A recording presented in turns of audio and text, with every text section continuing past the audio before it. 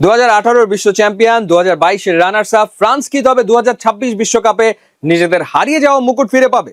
Coach Didier দেশাম তার চূড়ান্ত 26 সদস্যের স্কোয়াড ঘোষণা করে দিয়েছেন।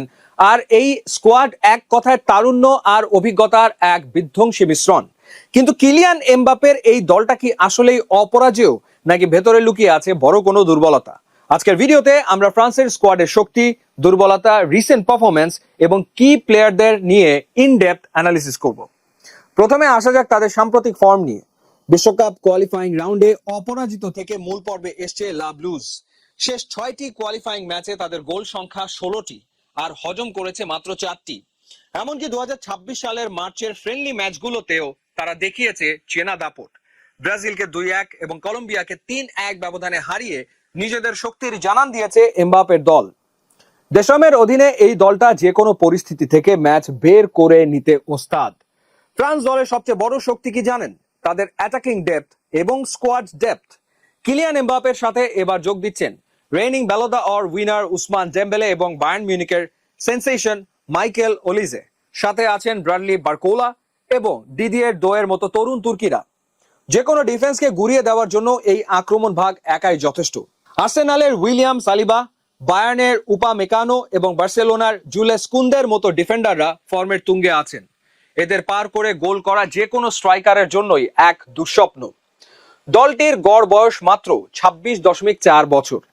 যেখানে এনগোলো কান্তে এবং আদ্রিয়ান র্যাবিওটের মতো অভিজ্ঞ মিডফিল্ডার যেমন আছেন, ঠিক তেমনি ওয়ারেন জাইড, এমেরি কিংবা রায়ান চেরকির মতো তরুণ রক্ত মজুদ আছে।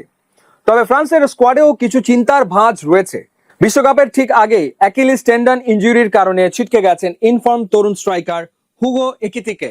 ফলে নাম্বার 9 পজিশনে মার্কাস থুরাম কিংবা ক্রিস্টাল প্যালেসের জো ফিলিপ মাতেতার ওপর অতিরিক্ত চাপ সৃষ্টি হতে পারে। কান্তে বা চুয়ামেনি ডিফেন্সিভ মিডফিল্ডে দুর্দান্ত হলেও মাঝ মাঠ থেকে খেলা তৈরি করা বা ফাইনাল পাস দেওয়ার ক্ষেত্রে পল পগবা বা আতোয়ান গ্রিজম্যানের মতো অভিজ্ঞ ক্রিয়েটিভ প্লেমেকারের অভাব এবার দলটিতে টের পাওয়া যেতে পারে। দলের অধিনায়ক এবং প্রধান চালিকা শক্তি রিয়াল মাদ্রিদের সুপারস্টার কিলিয়ান এমবাপ্পের ঝুলিতে অলরেডি 12টি বিশ্বকাপ গোল আছে। মিরোস্লাভ ক্লোজার 16টি গোলের রেকর্ড ভাঙার মিশন নিয়েই এবার মাঠে নামবেন তিনি। বায়ার্ন মিউনিখের মাইকেল ওলিসে বর্তমানে ব্যালন অরের অন্যতম দাবিদার। তার ক্রসিং, ড্রিবলিং এবং সেট পিস ফ্রান্সের জন্য এক্স ফ্যাক্টর হতে যাচ্ছে। উইলিয়াম সালিবা রক্ষণ ভাগের নেতা। আর্সেনালের হয়ে ক্লাব ফুটবলে বিশ্বসেরা ডিফেন্ডারদের কাতারে নাম লেখানো সালিবার ওপর থাকবে ফ্রান্সের গোলপোস্ট অক্ষত রাখার মূল দায়িত্ব। গ্রুপ আইতে ফ্রান্সের প্রতিপক্ষ সেনেগাল, ইরাক এবং আর্লিং হালান্ডের নরওয়ে। গ্রুপ পর্ব পার করা ফ্রান্সের জন্য কঠিন কিছু নয়, তবে আসল পরীক্ষা শুরু হবে নকআউট পর্বে। আপনাদের কি মনে হয়, দিদিয়ের দেশম কি তার বিদায়ী টুর্নামেন্টে ফ্রান্সকে তৃতীয়বারের মতো বিশ্বসেরা করতে পারবেন? আপনার মতামত কমেন্ট বক্সে অবশ্যই জানান।